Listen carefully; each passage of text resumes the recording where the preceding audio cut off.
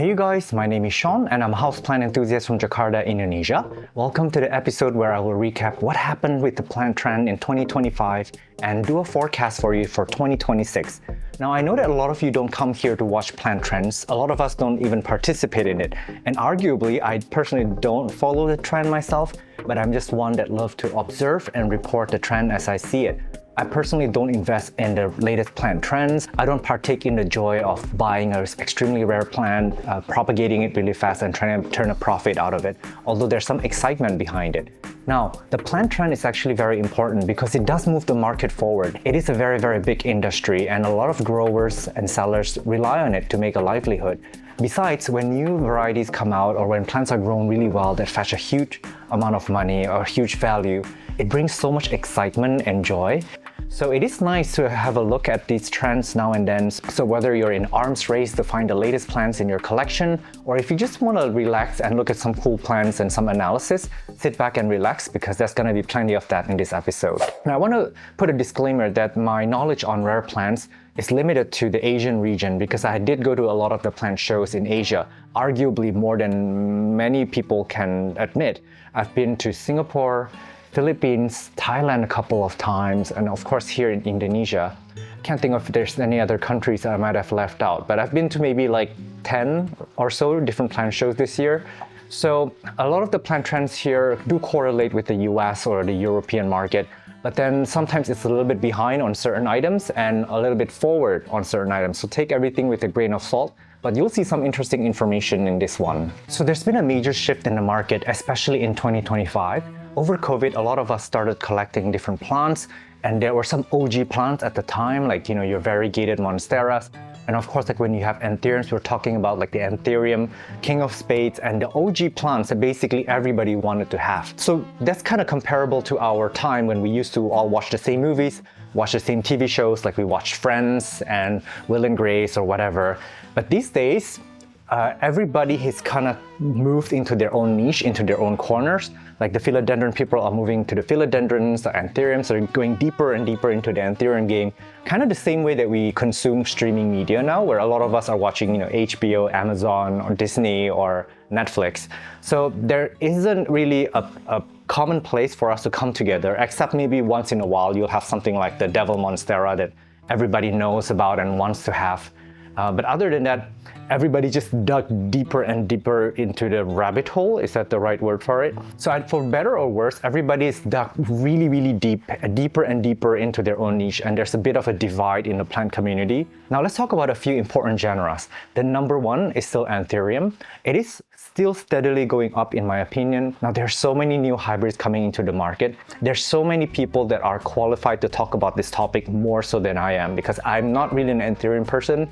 To be honest, I follow it on the surface level and it's moving at such a fast pace. I'm not the right content creator to tell you what are the top 10 Anthuriums of 2025 and things like that. So you're more than welcome to search on your own if you're interested in learning about the Anthurium trend. But I can tell you some of the physical characteristics that people have been into. So this is just how deeply divided the plant community is. Even within the Anthurium genre, people are like going deep into their own niche. For example, you've got the people who are into the dark Anthuriums. They're starting to breed for darker and darker foliage, and they're also trying to find different shapes and forms in this dark, sexy look. And then you also have your silver Anthurium lovers who love the silver stripes, and there are some Anthuriums that are even like 90% silver. And the silver is like glitter silver. It's not even like the very muted silver that we saw earlier on in the silver crystallinums. So that's actually really cool to see. And then of course you have your variegated Anthurium. Now we saw the first variegated Anthuriums maybe like 3, 4, 5 years ago.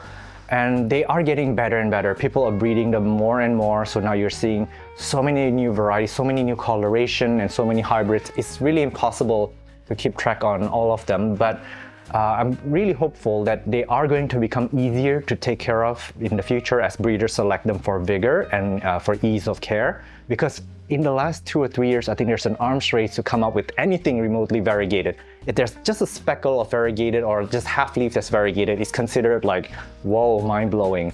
So as the game pushes forward, people will be breeding them for resilience, for ones that will not crisp up or that will take our regular environment, because not all of us has this like optimal greenhouse conditions. And I think that's like one of the groups in Anthurium that is going to steadily climb in the next year or so. And then there's also some interesting shapes coming up with the Anthuriums. There are some that look like a corset, and a few that look like a beautiful dagger. So some of them actually can look pretty sexy. And then one that I particularly like is one that has frills on the edge of the leaves, especially those that has like a twist at the end that could look pretty nice. It kind of reminds me of the Alocasia venom, if you ask me. And then we're looking at philodendrons. My gosh, philodendrons are so beautiful now. There's a lot of tricolor variegation, so if you're into variegation, you can definitely look into that. But I want you to think about philodendron more like a canvas, because philodendron leaf can vary in leaf shapes and also forms. So with philodendrons, there's only two variables people look for. One is the actual canvas, which is the shape of the leaf, and the next is the color that it's filled with, which is the variegation. And a lot of them have beautiful emergence as well, like beautiful oranges, salmon pink, and things like that. So it is very interesting to watch, but keep in mind, a lot of these new varieties, these new hybrids or mutations are very expensive. And if you know philodendrons, you know that they actually grow really fast. They're very stable. There's a low barrier of entry. So the prices will come down quite fast for these philodendrons, especially knowing how shockingly fast the new hybrids are coming into the market. So if you're looking at a philodendron hybrid and it's still too expensive, I would maybe hold out for a few months and wait for prices to come down a bit. And the Monsteras. The Monsteras are quite interesting to talk about, because I remember in like the year I went to IAS, that's 2024, there's so many new varieties being introduced to the market. Like the Bulbasaur came out, the Devil came out that year, and then you have your white lavas and all that.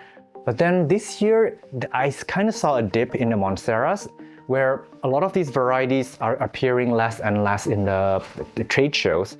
And then you have these weird, very, very weird mutated Monsteras that I feel like it's a bubble that's about to crash, because I think people are speculating they're buying them up at a high price. But in the end, I'm not sure who actually wants to grow them or have them in the garden.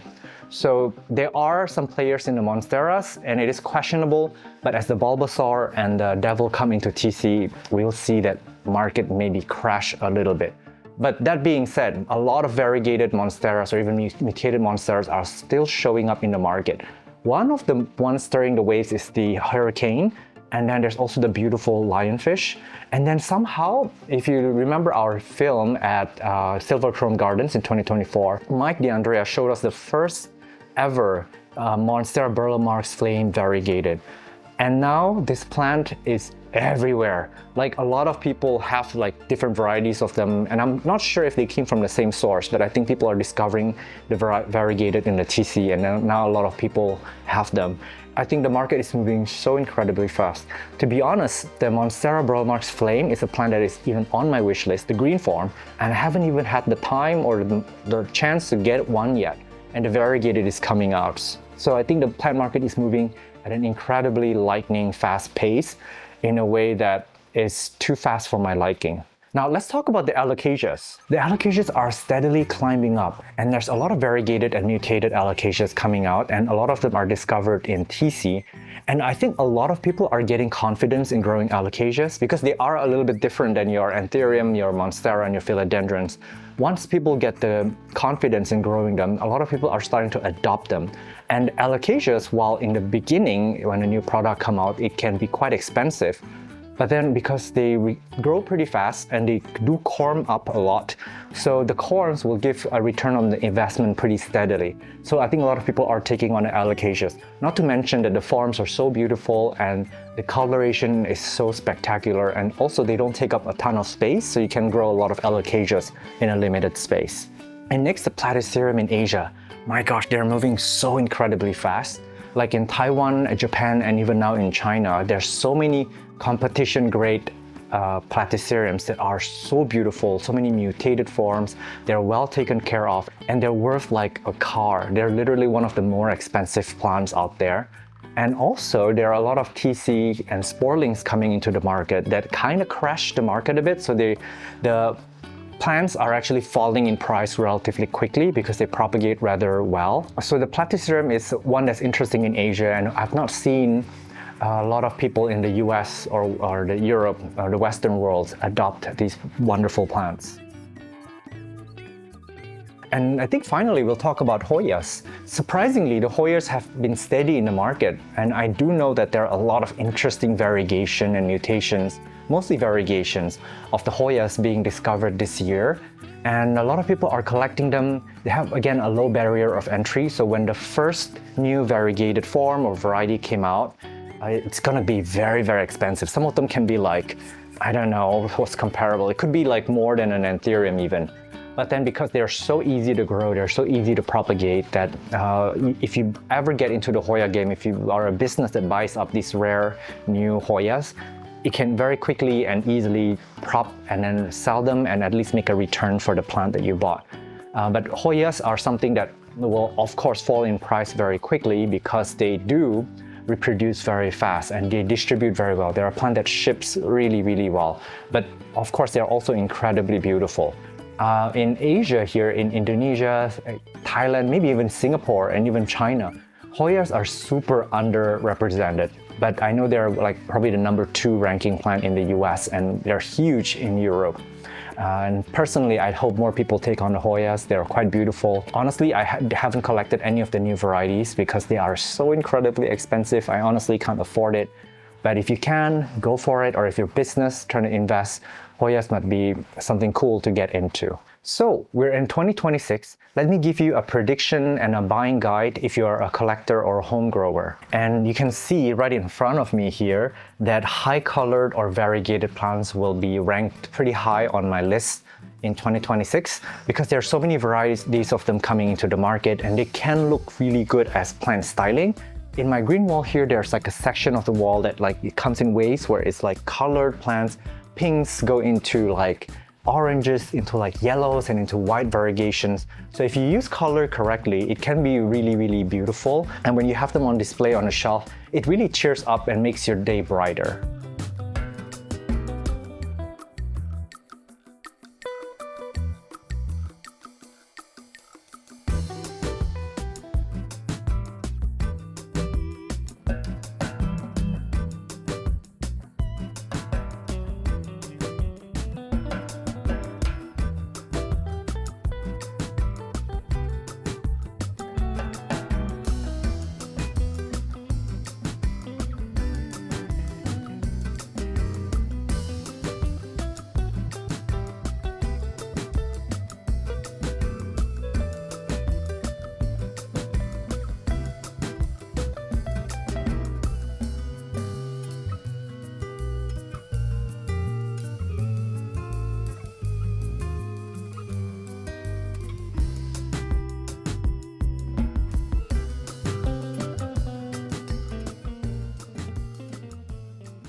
And lately, I've been coming across a lot of beautiful variegated begonias. In the past, we just have the variegated begonia maculatas, and now, like literally, most begonias come variegated already. So I'm not surprised anymore to see a variegated begonia. Some of them come in green and green, some of them come in like an aurea or yellow variegation, some are in white, and of course, there's some beautiful pink and orange variegation as well. And on top of my list, and this is a bit of a secret because not a lot of you guys come to Thailand, but if you do, and you look around the plant shows over the years, you'll see that the variegated Kaempferias, which is a relative to the Calatheas, are becoming better and better. So we saw them first appear, I think about 4 or 5 years ago. They would have like a random variegated streak and we'd be like, oh my God, it's so cute. And we'd be like drooling all over it because it looks so good at the time. But these days, there are so many beautiful patterns coming out of them and they're intense and the variegation has become a lot more stable and the price is actually pretty decent. So I think it's a plant that I recommend for everyone.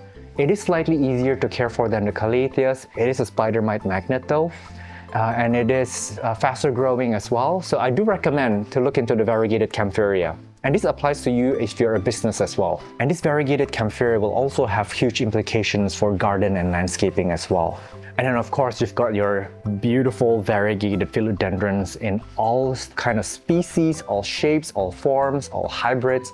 But variegated philodendron is coming to the market really, really hot. And if you can't afford the newest varieties, I would imagine that those that came out like last year or in 2024 would be affordable by now. And of course, you have like intensely variegated and beautiful Hoyas with like sometimes splash and variegation combination in the leaf. And that can look really good, especially if you have the right light shining on it. And as we mentioned earlier, the Alocasias are not going anywhere. We still see new varieties being introduced. Although I want to comment that some of the Alocasia that are coming in like with a beautiful, interesting mutation, like the, I think, Loco or the Alocasia venom, they are also having variegated forms of it now, and I think those are a bit uncalled for because it is too much. Sometimes a plant is just beautiful silver or full green just by itself. And how can we forget the Aglaonemas? This one is Anjani variegated.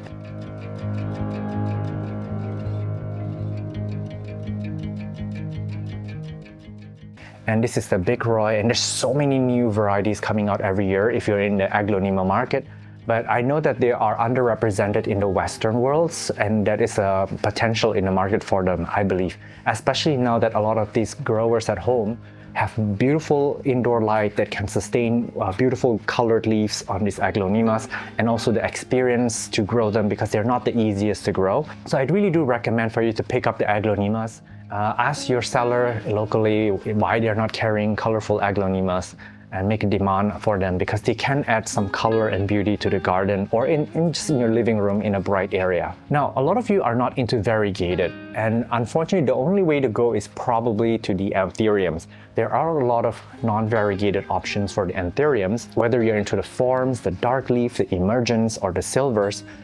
In the Alocasias, I don't see much development in the green sector, and Philodendrons, most people are in fact going into the variegated. You might find some sexy Monsteras that are green. For example, I personally just bought the Monstera number 6, it's all the way up there, and they will mature up into this crazy fenestrated plant that's just beautiful. And of course, you've got your Monstera Tattoo, which I also would love to get my hands on. And the next type of plant that you can get into is probably the TC plants. Now, TC comes in pros and cons, but hear me out. TC is actually not the same as it was 5 years ago. A lot of the growers now, a lot of the labs are more experienced with TC, so the quality has gotten a little bit higher. The plants are more resilient, more resistant to disease and things like that. And of course, there's so many new varieties. And a lot of the plants, if you ask me, that are coming out in TC is coming a little too fast. For example, with the Bulbasaur or the Vietsosa, or even with the Monstera Devil, we should have given it at least 3 years before people go into TC, because this gives the market enough hype where people who are propagating, who are investing them and paying exuberant prices, they have the time to make their investment return, and then this can trickle down. So it's like a trickle-down economy, and there'll be a huge supply chain where a lot of people can benefit, and then the enjoyment of like collecting this ultra rare plant is also something enjoyable, but that's taken away from people because they are simply coming out of TC and the prices just came down very fast, and so is the uniqueness and the rarity of those plants. And I feel almost bad too for the creators of these plants because these plants were bred by people and it's actually pretty hard work. If you want to learn about the backstory of the Monstera Devil, there's a short that I did. You can type in OnlyPlants Devil Monstera, where I share with you the original story behind the plant and the creator who made the plant. And spoiler alert, the original name of the plant was actually the circuit board Monstera, not the Devil Monstera. And then next that I would love to recommend for everyone to take up on is the Platycerium. They are very different than your other tropical plants to take care of, but then they are actually not that hard, and they honestly don't need a ton of humidity. A lot of people feel intimidated by the way they look and things like that. There are hacks that you can do to improve humidity and also like their growing conditions. They do need a lot of light, but they do take up wall space, which is good because a lot of us, our tables and shelves are full of plants. So they really will not get in the way of your other plants. They can be very beautiful. And as I mentioned earlier, they're coming into TC and sporelings. So they are actually very affordable.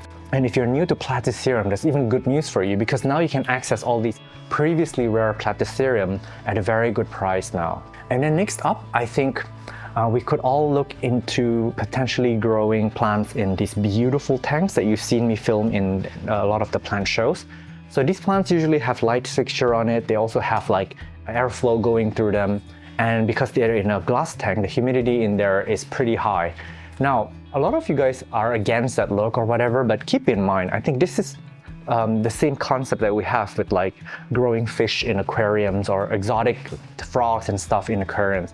We do that to animals. I mean, why don't we do that with plants? Some of them, especially the variegated plants, variegated Anthuriums or variegated Nepenthes and very exquisite plants, they can be difficult to grow outside of that environment, and they can actually look amazing. Imagine if you have a tank like that as a statement piece in your living room. Because they don't require natural light, you can literally have them anywhere in your house, like behind your sofa or on a bookshelf, like fit it into the shelf or something like that. It could look pretty fantastic, and also increases our growing spaces. So I've been looking into that, although I've not personally invested in one because I have like a ton of natural space and I'm in the midst of moving to Bangkok. But if you're a business that makes that product, maybe we could work together, because I would love to promote that kind of growing. It's just quite sexy in my opinion. And finally, I think my advice is to buy the plant in your wish list from 2024-2025, because chances are in 2026 they will become affordable and they'll be in plentiful and probably good quality as people select out the bad breed or the bad variegation. So now you'll start having those same plants in better quality and a better price. But that being said, I have to put a warning though. Like I've been telling people that all rare plants become common eventually, so it's just a matter of waiting for the right time. But I'm starting to question that. I think I might be wrong because of the sheer number of new plants being introduced to the market. There's like literally one every 5 minutes somewhere in the world. It's so fast and so much that I think when a rare plant comes to a certain price point, it might just disappear from the market entirely. For example, this the white lava, which I really want to get at some point. I'm rarely seeing that in the market now. So it hasn't come down to the price where I feel like I want to get it yet. But then at some point, I think a lot of growers have moved on to different Monsteras or different products. So this might just disappear from the market. So by the time I want it, in say 3 years down the road, it might be a bit challenging for me to find it. So it's pretty interesting. I used to think that the market is a clear-cut pyramid, but again now, because things are moving so fast for better or for worse, I'm starting to question that. And if you see the plant you like and the price that you think is fair, I would say maybe go get it. But that is with exception to certain plants. For example, there are the legendary plants like the Delta Force, or like this Vietciosa or Bulbasaur, or like the Devil Monsteras, and we all know they're coming to tissue culture, and we all know that they will be here for a long time. They will in fact become common plants. So just know your plant well. If it's something that a lot of people want and have, and you think people might find it worth it to go into TC, then I would wait a bit. But again, for those that are a little bit more niche, a little bit more interesting, but you don't see that people are clamoring to buy the plant, it might actually disappear entirely from the trade. And the next advice is keep your species. I know that everything on my table now literally is a cultivar or a hybrid, but species are actually quite fascinating. I just want to remind you guys, because they have evolved over millions of years to look the way that they do. So when you think about like your sexy, Philodendrons or Anthuriums, just the green form, that's the way that nature intended them to look. However, now that it's saturated with hybrids, in fact, you barely see species of these in the market anymore. Let me tell you a secret. By the time the next plant trend comes into loop, because plant trends come in waves, and we're kind of unfortunately seeing the downturn of the plant trend. So the plant market is kind of coming down a little bit. But when it comes up again, the species are going to be hard to find, and they're going to be rare, and they're going to be worth something. So I would definitely love to keep some of the species around, at least just have a clone of it. Maybe you don't have to grow them big, just kind of chop them up, just maintain the genetics so I have it. Because someday they're going to be worth something when people are clamoring to find the original OG plants. And I think finally, I would definitely say grow your collection sustainably. Don't spend all your savings on new plants. Don't buy them on an impulse. Trade up. When you buy a plant, for example, like this Vietciosa, grow it well, cut it up, try to sell it, trade it up to something else because new varieties are always coming up. So you don't feel like you got to spend a lot of money on it. And this slow way of trading up really makes the journey more enjoyable. And keep in mind when you are selecting plants as well, don't follow the trend blindly. They are our companions, they grow in our homes. Make sure they're a good fit to our lifestyle, to our aesthetics. Don't just go for unless you're a business, don't buy plants just based on the monetary value. I am currently turning plant into business, but then I'm selecting plants that I personally and aesthetically like to grow, and I think people should have. So just be a bit more mindful. Sometimes we forget that as we chase like the next thing. And keep in mind when we chase trends, like we're running, and I mentioned this before, and we're running towards the finish line. We think we got the it plant. The finish line keeps getting moved further and further because every week, every month, something better comes along. This makes the collecting more fun and interesting, but just keep in mind that that's how it works. So it can get tiring and some people are turned off by this chase. So don't go chasing for it blindly. Just be mindful of how you want to grow your collection. And if you want to make a bit of profit out of it, go for it. Why not? And everybody's plant journey is different one from another. And no one's going to say who's right or wrong, who's better or worse. But whatever it is, keep it fun and keep it interesting. All right, I'm gonna let you go this time. Thank you so much for watching this all the way to the very end. Now, I do want you to sound off in the comment section whether you agree or disagree to any of the things I mentioned earlier. As long as you keep it kind and just be honest, I can accept any kind of comment and suggestions. And for now, most of you are dismissed, but if you feel like contributing to the channel for a cup of coffee a month, you can join my Patreon at patreon.com/Sean from OnlyPlants. And thank you so much these Patreon members who have been supporting the channel. Or you can join as a YouTube member. Simply open any of my videos from a computer browser, and next to my channel name, you will see that join button. And I want to thank these members as well for having supported the channel. And I wish you guys happy growing, happy 2026, and I will see you guys in the next one. Bye!